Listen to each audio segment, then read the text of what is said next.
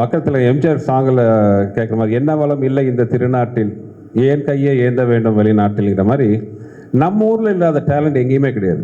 நீங்கள் பார்த்தீங்கன்னா நிறைய ஃபாரின் ஹாலிவுட் மூவிஸ் எல்லாம் கூட பார்த்தீங்கன்னா இங்கே தான் சிஜி ஒர்க் கொடுத்து பண்ணுறாங்க. ஆனால் கம்பெனிஸ் பேர்லாம் அவங்க மேலே தான் வருது. இந்த படம் முழுக்க எனக்கு என்னென்னா ஒரு விஷயத்தில் ரொம்ப உறுதியாக இருந்தேன். இந்த படத்தில் பண்ணுற சிஜி ஃபுல்லாகவே நம்ம ஊரில் தான், நம்ம ஊர் டெக்னீஷியன் வச்சு பண்ணதில் ரொம்ப குறியாக இருந்தேன். படம் பார்த்து நிறைய பேர் என்கிட்ட கேட்டாங்க, நீங்கள் கேட்ட மாதிரி நீங்கள் பார்க்காம கேட்டீங்க, ஆனால் பார்த்தவங்க கூட சில பேர் கேட்டாங்க எந்த கண்ட்ரியில் பண்ணீங்க, எந்த கம்பெனியில் பண்ணீங்கன்னு. இது முழுக்க நான் சென்னையில் தான் நம்ம ஊர் டெக்னீஷியன் வச்சு பண்ணேன்.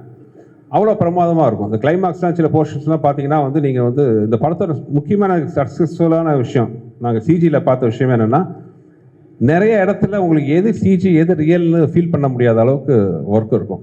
ஸோ அதுவே இப்போ ஒன்றும் இல்லை. இப்போ தமனா ராஷிகனா சாங் பார்த்தீங்க, அந்த சாங்கில் கிட்டத்தட்ட பேக்ரவுண்டில் ஒரு 70% சிஜி தான்.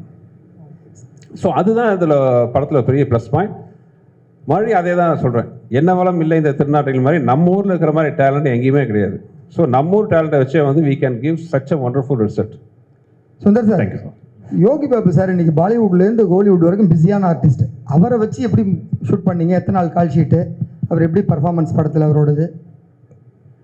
யோகி பரிதாபமாக என்கிட்ட மாட்டிகிட்டு இருக்காரு.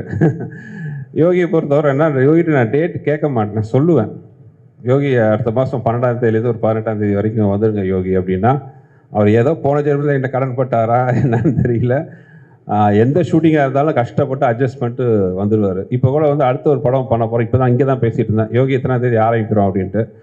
ஐயோ முடியாது, கஷ்டம், அந்த ஷூட்டிங்லாம் பதிலே இல்லை, அந்த வார்த்தையே இல்லை. சரி சார், எதுனிக்கு சார் வரணும் சார், வந்துடுறேன் சார், இவ்வளோ தான். ஸோ அது ஏதோ பூர்வ ஜென்ம பந்த மாதிரி ஆகி போச்சுங்க ரெண்டு பேருக்கும். சுந்தர்சி சார்,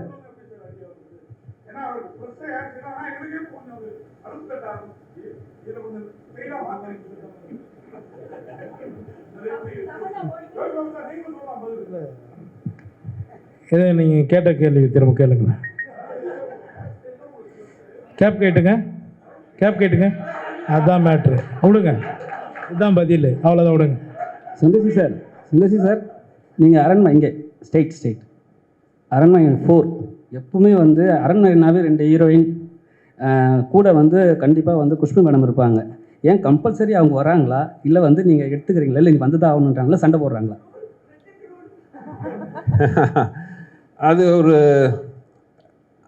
அரண்மனை. அதான் அவனுக்கு இருக்கிற முன்னாடி இருக்கிற பெரிய சவால் என்னென்னா, நான் ஏற்கனவே சொன்னது தான். நான் முதல் தடவை ரஜினி சார் படம் பண்ணுறதுக்கு முன்னாடி அப்போ நான் நினச்சிருக்கேன் மனசில் இருக்கிறதுலே ஈஸி ரஜினி சார் வச்சு படம் பண்ணுறது தான்.